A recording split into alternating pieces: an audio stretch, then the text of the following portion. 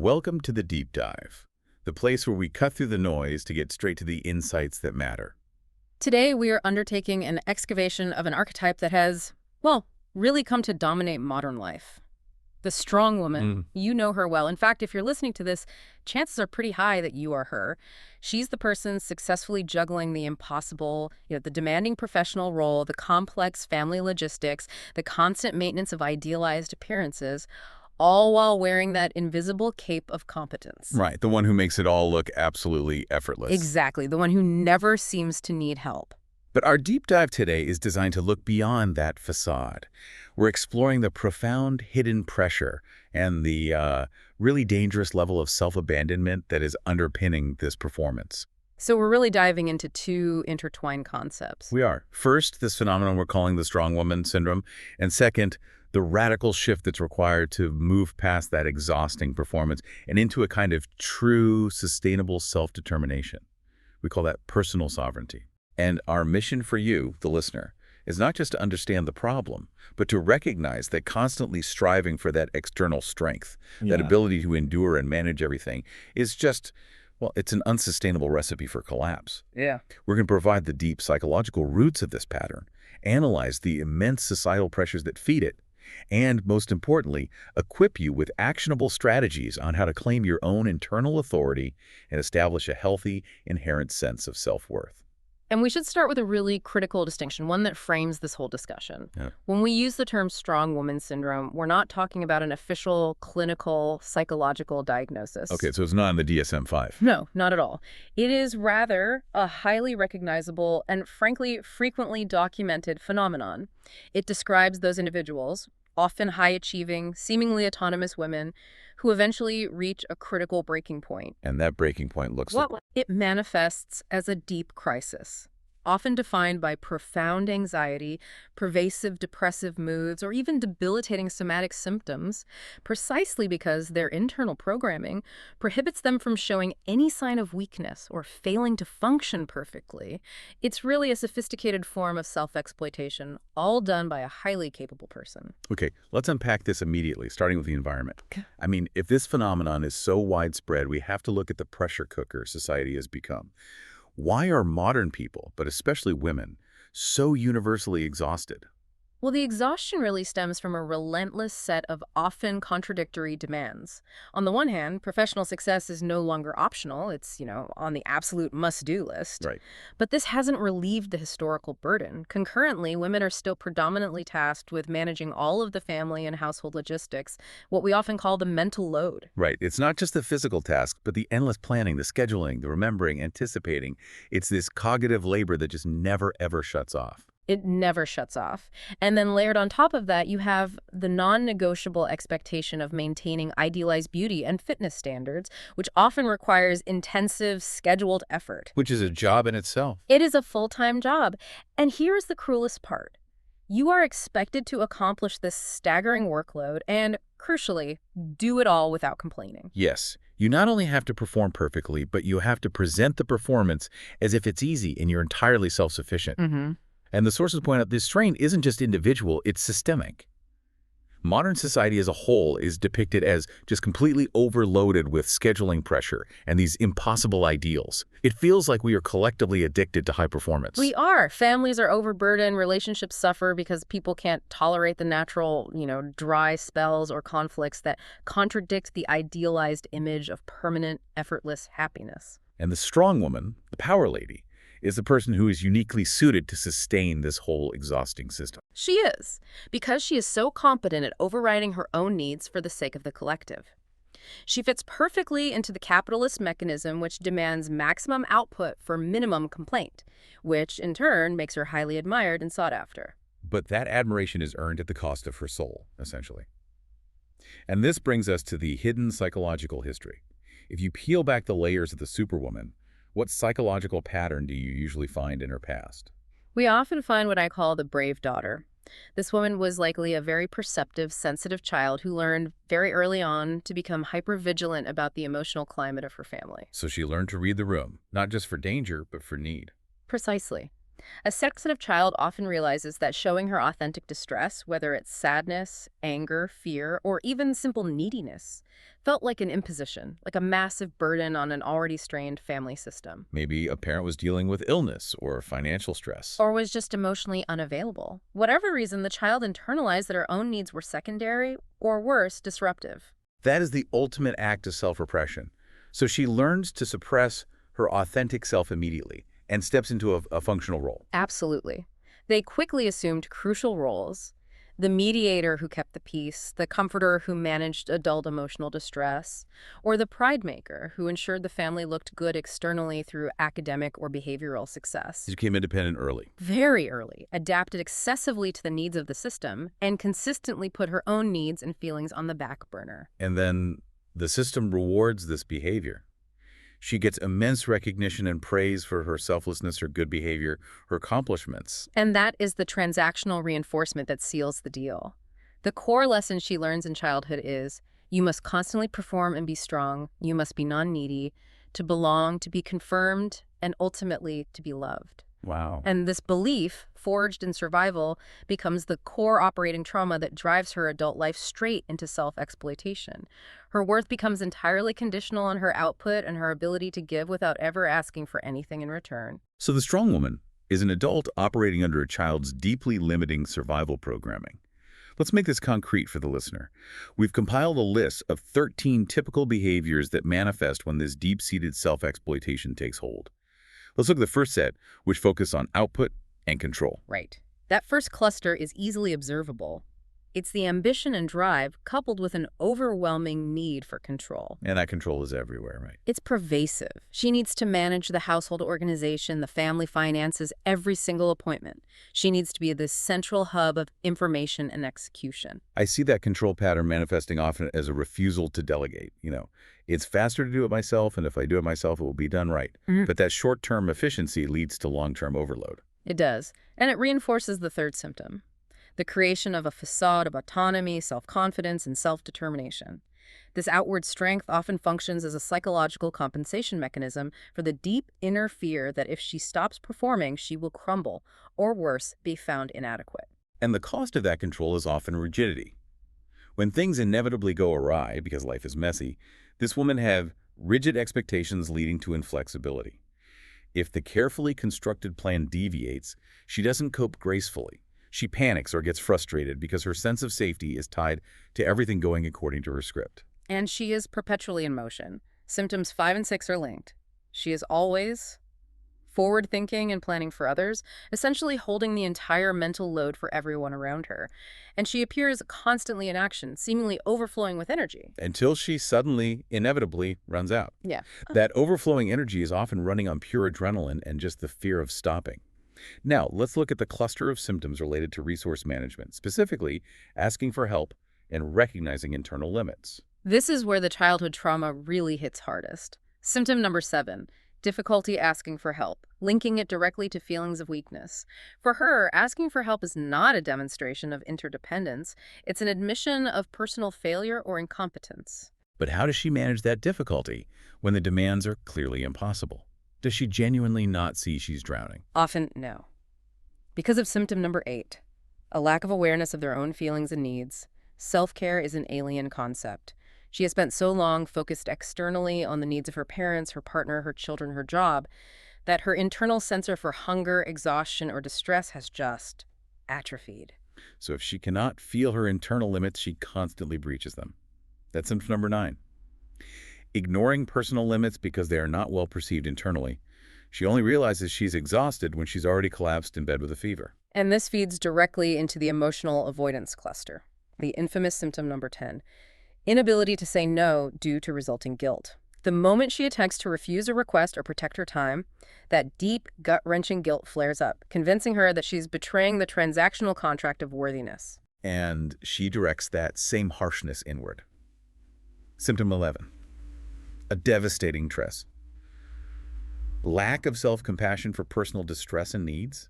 If she makes a mistake or feels overwhelmed, she doesn't offer herself comfort. She criticizes herself relentlessly for being weak or inefficient. This internal directive leads directly to number 12, the sovereign belief that she must never burden others. That original childhood lesson, that her needs are a massive imposition, carries straight into her professional and personal relationships, ensuring she isolates herself in her performance. And finally, the culminating symptom, number 13. The expectation of performing well even when the daily program is overwhelmingly heavy. She knows she is taking on too much, but feels psychologically unable to change the pattern, locked in this loop of self-imposed necessity. That relentless self-overriding cannot last forever. The system eventually strikes back.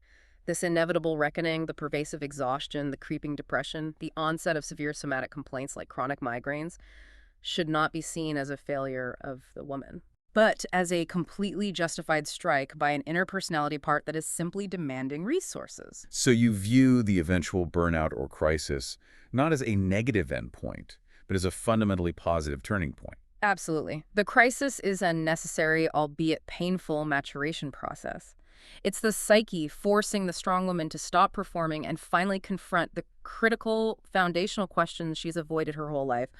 What do I actually need, separate from what everyone else needs from me? What is the real inner drive compelling this constant function? Yes, and am I allowed to be needy, imperfect, and dependent on others sometimes? That journey from compulsory performance to honest vulnerability is the key to unlocking self-acceptance and ultimately genuine self-care. It forces the realization that a successful, capable modern woman is still fully permitted to be vulnerable and interdependent. That reanalysis reframes success entirely, moving the goalposts from endurance to self-ownership. Let's pivot now to the solution. We introduced two concepts, empowerment and sovereignty. Let's unpack the difference in detail. We have to start with empowerment. The concept has deep roots in U.S. community psychology, linked often to figures like Julian Rappaport. It's defined as strategies intended to increase the degree of autonomy and self-determination in the lives of individuals or communities. Think of it as providing the tools and conditions for help for self-help. So empowerment is fundamentally about overcoming that inherited feeling of powerlessness. It involves leveraging existing resources and shifting away from seeing people through that old deficit-oriented lens. Precisely. It shifts the focus from asking what is wrong with this person to focusing on their inherent strengths and resources. Empowerment is about perceiving and utilizing one's genuine scope for action. In the professional world, for instance, research shows that employees who feel more self-determined and empowered are often far more innovative and committed. It is the promotion of the ability for self-determined action. Okay, so if empowerment is the strategy and the process, the path we walk, then sovereignty sounds like the destination, the attained internal state. That is the perfect distinction. Sovereignty is the culmination, the attained self-governing state. To be sovereign is to radically claim your own inner authority as valid and supreme. And what does that mean in practice? It means living rooting in the truth that resides inside you, a truth that is explicitly not beholden to any external institution, person, or external belief system. It is the profound act of belonging entirely to yourself. That claim to self-ownership resonates powerfully with the quote, "This is who I am. I am not asking for your approval. I do not have to justify my existence." That must be liberating for the strong woman who has spent a lifetime seeking external approval. It is utterly transformative, and this idea of internal sourcing, that power comes from within, rooted in connection with your body, your heart, and your unique inner truth, is precisely what makes it, as our sources suggest, a major threat to the established order. Explain that. Why is this internal sovereignty so fundamentally destabilizing to traditional systems? Because it is sourced from a woman's own intrinsic value. It is explicitly not the false competitive power based on a power over model dominating others, seeking hierarchy, or competing for limited external resources. Traditional patriarchal power structures rely entirely on the illusion that individuals, especially women, are fundamentally dependent on external sources for survival, validation, and protection. The system depends on fear and self-deprecation. Exactly. Patriarchy depends on the fear of repercussions if one challenges the existing structure. If a woman can access her authority directly from within, if she can self-validate, she doesn't need external permission from any mediating force.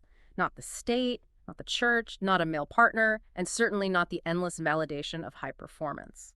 This connects deeply to the historical and political context. We need to spend more time on this because the strong woman syndrome, that need to overcompensate, didn't just appear in a vacuum. It was created by these systemic exclusions. Right. Historically, the push for sovereignty has always been met with resistance because major philosophical and political frameworks actively worked to prevent women from claiming public authority. I mean, consider 19th century thinkers.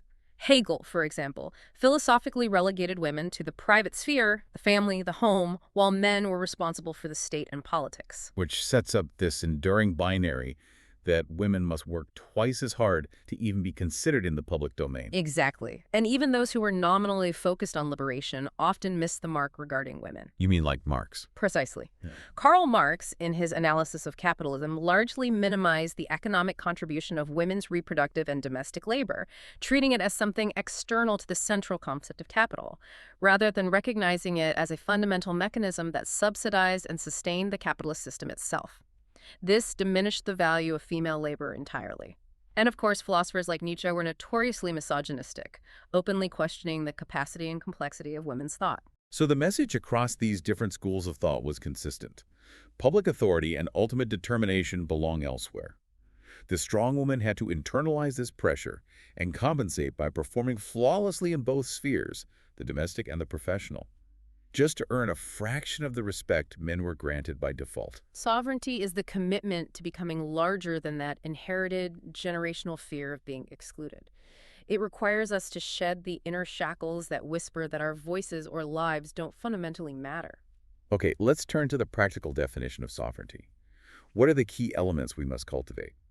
Let's look at the first two, which are about defining your own reality. Self-definition is first. You must become your ultimate authority of truth. This means deciding what is right and true for you, independent of external expectations or cultural narratives. This requires active self-trust. And that self-trust enables the second element, boundary setting. This must be practiced early and often, and the crucial qualifier is without guilt. Prioritizing self-nurturing has to move from a luxury item to a fundamental operational necessity. Next up is enduring discomfort. Now, this sounds counterintuitive to self-care, but it is essential. Growth is uncomfortable. Sovereignty requires being skilled at handling the inevitable discomfort, the awkwardness of saying no, the fear of launching a new project, the pain of leaving a bad relationship that is absolutely necessary for personal change. Element 4 is the core psychological shift, inherent worth. You must know deep in your bones that your value is established, sacred, and cannot be earned or debated through performance. For the strong woman who has earned every single scrap of recognition, how do you even begin to integrate that? It begins by separating worth from effort. You start by observing that even a sleeping child is inherently worthy, not because of what they do, but because of what they are. It's a cognitive replacement therapy, constantly correcting the deeply ingrained internal narrative of conditionality. Element 5, honoring the body, connects sovereignty back to the physical reality we inhabit.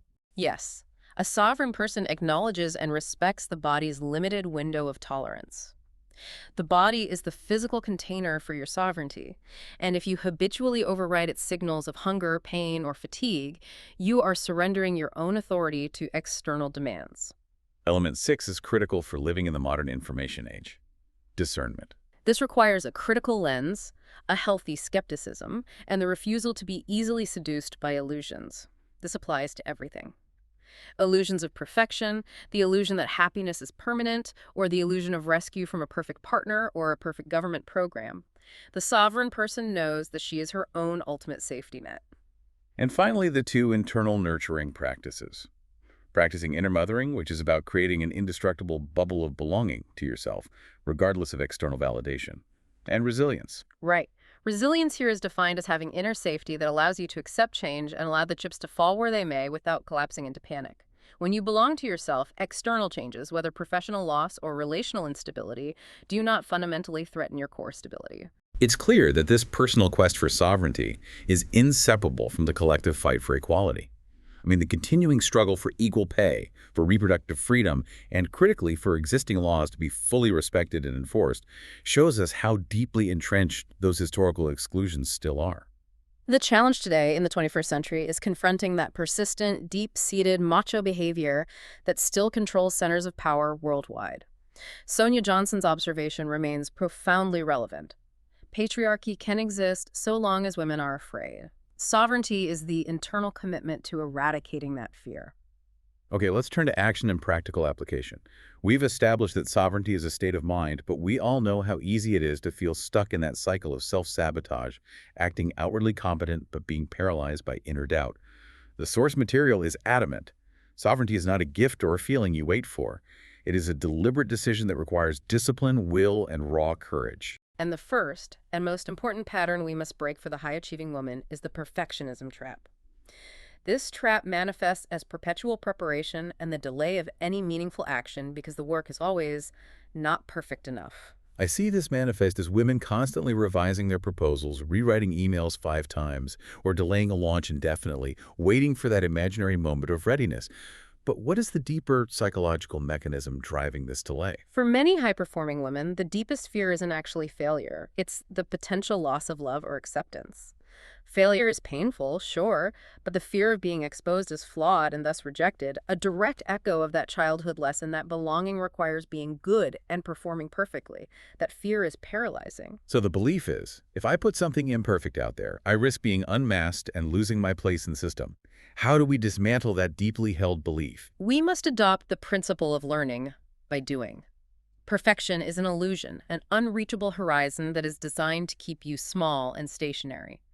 True mastery and growth never come from waiting. They come from repeated, imperfect action. You gain authority not by waiting until you feel ready, but by accepting that you will feel terrified and doing the thing anyway. Let's get concrete with the tools for bypassing that emotional resistance and achieving action. Tool 1. The robot method. This concept is powerful because it completely cuts out the emotional drama of anticipation. It is a cognitive bypass mechanism. When you are faced with an uncomfortable task, whether it's exercising when you don't feel like and making a difficult phone call or cleaning out a neglected inbox, your internal self-saboteur, that tante else we talked about, will present every possible emotional or mental objection. I feel tired. I'll do it tomorrow. I don't have the energy. And the strong woman, because she is so tuned into emotional input, hears those objections and usually stops. Right. But the robot method says, you are not obligated to listen to the objections. You act like a machine programmed only to perform the physical action. You bypass the feelings and the thoughts. You just put on the shoes and run. You dial the phone number. You open the document. The key is to start the action immediately, not allowing the emotional negotiation to begin. But I have to challenge that slightly. This works beautifully for clear physical tasks like putting on shoes. But what about tasks that require complex emotional processing, like preparing for a genuinely difficult negotiation or sitting down to write a vulnerability statement? You can't just robotically dial the emotional response. That's a fair distinction. For those complex tasks, the robot method applies only to the starting action. The starting action is always physical. Open the blank document, schedule the appointment, or take 3 deep breaths to ground yourself. Ah, I see. You can't robotically process grief, but you can robotically show up for the therapy appointment. You gain sovereignty by proving that you can initiate action despite the fear and discomfort. As you act, the fear, which is purely anticipatory, dissipates because you're now engaged in reality and not anxiety. You must feel the fear and do it anyway. That reframes it perfectly. Now let's tackle the inner dialogue, which is the relentless source of self-sabotage. Yeah. You suggest adopting the role of a judge in your own life to manage your thoughts. This is tool 2, the adjudication filter. This is about recognizing that you preside over your life and you have jurisdiction. A highly effective judge only rules on matters within her jurisdiction, and everything else is left alone. For the individual, jurisdiction means focusing only on what is in your control: your mind, your body, your spirit, and your actions. So all those irrelevant opinions that other people hold about you, the criticism, the projections, the unsolicited advice, they fall outside your jurisdiction. Precisely. You strike them down. They are irrelevant to who you are called to be and what you are committed to doing. That is an absolute act of sovereignty, refusing to grant external opinions authority over your internal state. The second element of this filter is standing. How do you decide who deserves standing in your court of internal dialogue? Just because someone is in your life, a family member, a colleague, a random person on social media, doesn't automatically mean they have anything important or relevant to say about your life. If they are not actively speaking life over you, meaning their input is destructive, fear-based, or non-constructive, you are not obligated to hear them. You revoke their standing. And the core filter we apply to our own negative thoughts, that voice that says, I'm not good enough, which we may have believed for decades, how do you strike that down? You apply the ultimate filter. Does this thought serve me? If the thought, whether it's a memory of past failure, a worry about future collapse, or a self-critical phrase, does not make you stronger, wiser, or more self-confident, it is a false thought. It must be struck down and dismissed, regardless of how long you have believed it. But how do we practice this without it feeling like simple denial? I mean, it's hard to just flip a switch on a lifetime of self-criticism. That is where the power of personification comes in. You give those negative recurring thought patterns a name. Call it the critic, or the naysayer, or if you want to make it funny, an else. This creates a necessary psychological distance. So you can see it as separate from yourself. Exactly. You recognize that thought pattern as just one small fear-based personality aspect, not your entire identity. You can then say, oh, there goes Tante Else again, and politely dismiss her from your inner courtroom. That creation of distance is the first step toward reclaiming authority over your inner world. Now, let's tie this internal work to external fulfillment. Tool 3, connecting vocation and joy. The insight here is that when your avocation, your joy, passion, and service, and your vocation, your job harmonize, you literally never work a day in your life. This harmonization is the ultimate goal of sovereignty. The path to abundance isn't about doing more things. It's about the stewardship of your calling. You nurture it like a gardener nurtures a plant, ensuring your professional life supports your inner truth. The story of the judge-lawyer beautifully illustrates this continuity. The job title changed constantly: public defender, superior court judge, entrepreneur, but the calling remained constant: service, justice, and fairness. That is the thread to follow. Absolutely. The job is just a vessel, but the calling is the essence. When you align the vessel to the essence, you find harmony. So the question for you, the listener, is how do you find those clues? We look back at our lives, as Steve Jobs suggested, connecting the dots backward. What are those breadcrumbs? The clues are found in 3 vital places. First, what do you love to do? That thing that makes time dissolve when you engage in it. Second, what could you talk about for hours without getting tired or bored? This reveals where your energy naturally flows. And third, what do people always ask you to do for them? What gifts or skills do they consistently seek your help with? These are the indicators of your deep, authentic calling. Sovereignty means honoring those clues and building your life around them. Moving from the inner world to the outer execution, one area where women most visibly struggle to embody their sovereignty is in the professional sphere: assertiveness. The data is clear. Studies show that being assertive is absolutely crucial for career success, particularly in male-dominated fields, reportedly boosting career chances by up to 40%. And we have to be precise about the language here. There's a crucial difference between self-confidence and assertiveness. Self-confidence is the internal attitude, the belief in your own strengths and abilities. Assertiveness is the external execution, the ability to translate that inner conviction into action through clear, calm communication and decisive behavior. And both are skills. Both are skills that must be learned and practiced, not innate talents. So what are the best outward strategies for building that assertive muscle, making sure that external execution matches the internal authority we've been cultivating? Start small but specific. Define clear, concrete goals. Vague aspirations like, I want to be successful, are useless. Specify, I want to lead the X project within the next 3 months. Clear goals provide orientation and hold you accountable to action. And we cannot neglect the nonverbal communication, which often speaks louder than the words themselves. Oh, absolutely. Training your body language is essential. Studies repeatedly show that posture and presence significantly impact the perception of your assertiveness and competence. You must practice an upright posture, use a firm, clear, and steady voice, and maintain a direct gaze. You communicate your authority long before you open your mouth. In dynamic conversations, it's about balance, showing respect through active listening, but then stating your own view clearly and directly without apologizing for it. And when facing resistance, you suggest the powerful tactic of repeated, targeted questions. This tactic is vital because it prevents the strong woman from immediately retreating or compromising just to reduce tension. When you encounter pushback, instead of getting defensive or folding, you demonstrate persistence and negotiating strength by calmly asking, what is your main argument against my proposal? Or what facts specifically lead you to that conclusion? Which forces them to articulate a logical reason. It does. It requires your counterpart to articulate their opposition logically, rather than just dismiss you based on an opinion. And for building that daily confidence, the concept of the daily mini-challenge is an excellent sovereignty practice. Yes. Set tiny, concrete challenges every day that push your comfort zone slightly. Ask for your favorite seat in a crowded cafe, volunteer a small, non-essential suggestion in a meeting, or send that email you've been agonizing over. These small successes accumulate to build robust trust in your own capability to withstand minor discomfort and risk. It's also crucial to highlight the common pitfalls that undermine professional women's assertiveness. Yeah. What are the key mistakes to avoid in professional settings? The first major error is acting too hesitantly. We often see this because women fear being perceived as hard or aggressive, so they hedge, they soften their language. And that softening is instantly misinterpreted by traditional power structures. It is read as insecurity or outright incompetence. To prevent this, eliminate all softening, minimizing, or apologizing phrases. Never start a serious statement with, "I think that," or "maybe we should." Instead, use clear, firm language. "I'm convinced that X," or "this is my proposal and here's the evidence." The second key error, and a deep act of self-abandonment, is adapting to please unconsciously adopting male behavioral patterns or excluding the feminine perspective just to gain acceptance from the majority.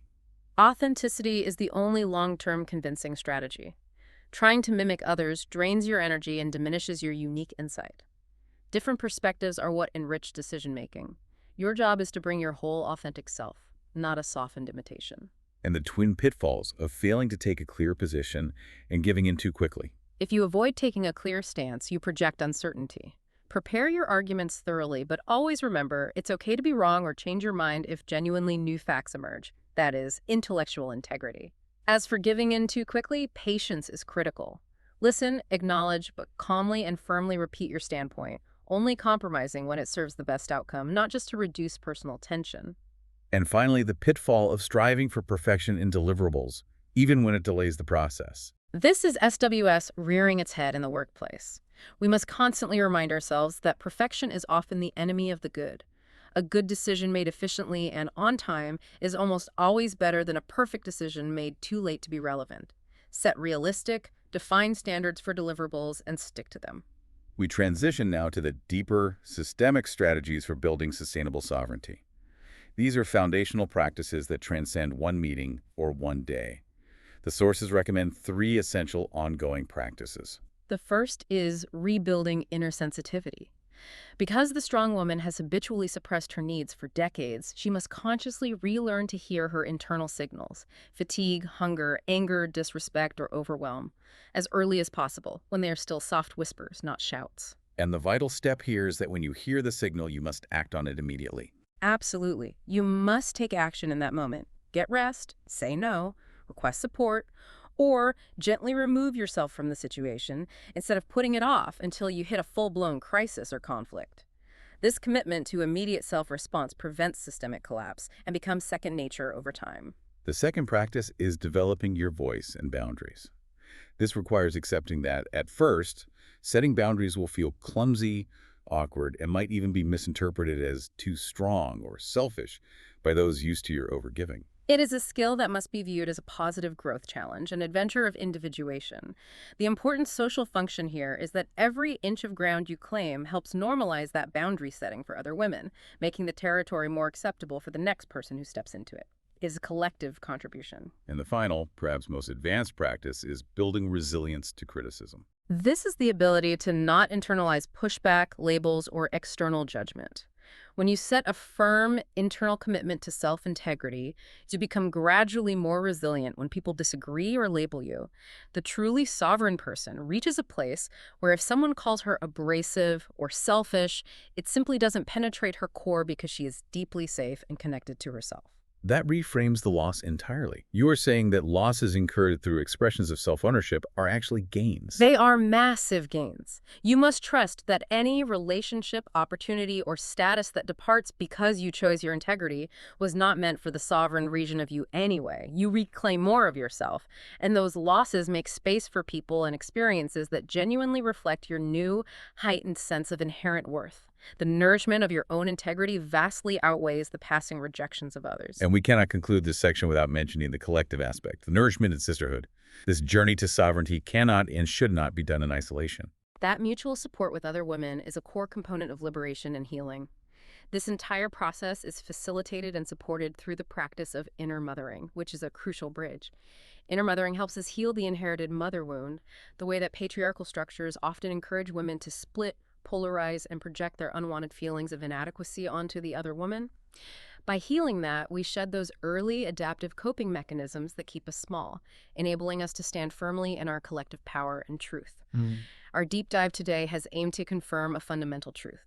True strength is not measured by how much you can endure, manage, or endlessly perform for others. True, sustainable strength is defined by how well you can preside over your own life, recognizing your inner authority and defining your value as inherent, established, and not earned through ceaseless sacrifice. Mm-hmm. That persistent feeling many of us carry, the calling to be more, is not a call to add more tasks to the to-do list, but a fundamental spiritual calling to be more of who you are destined to be in beautiful harmony with your job and your joy. It's a powerful and necessary path. But as we reframe what strong means for women, it raises a significant question about the cultural ideals we impose. We discuss the idea that the world needs more Pippi Longstockings and fewer Annikas, a cultural critique often used to valorize the adventurous, rule-breaking, rogue daughter archetype, while simultaneously dismissing the quiet, orderly, contemplative side of femininity. That archetype critique, while well-intentioned, risks imposing a new standard of performance, the compulsion to be loud, visible, and rebellious. Exactly. Instead of just replacing one impossible standard, the tireless superwoman, with another compulsory adventure, what if true, collective empowerment means creating a space where all authentic forms of self-defined femininity are equally valued, equally seen, and equally empowered to own their jurisdiction without fear of rejection or the necessity of self-abandonment. What if the quiet organizer, the contemplative observer, and the wild adventurer are all equally sovereign, so long as they are rooted in their own authentic self-definition? That is the journey we invite you to continue exploring.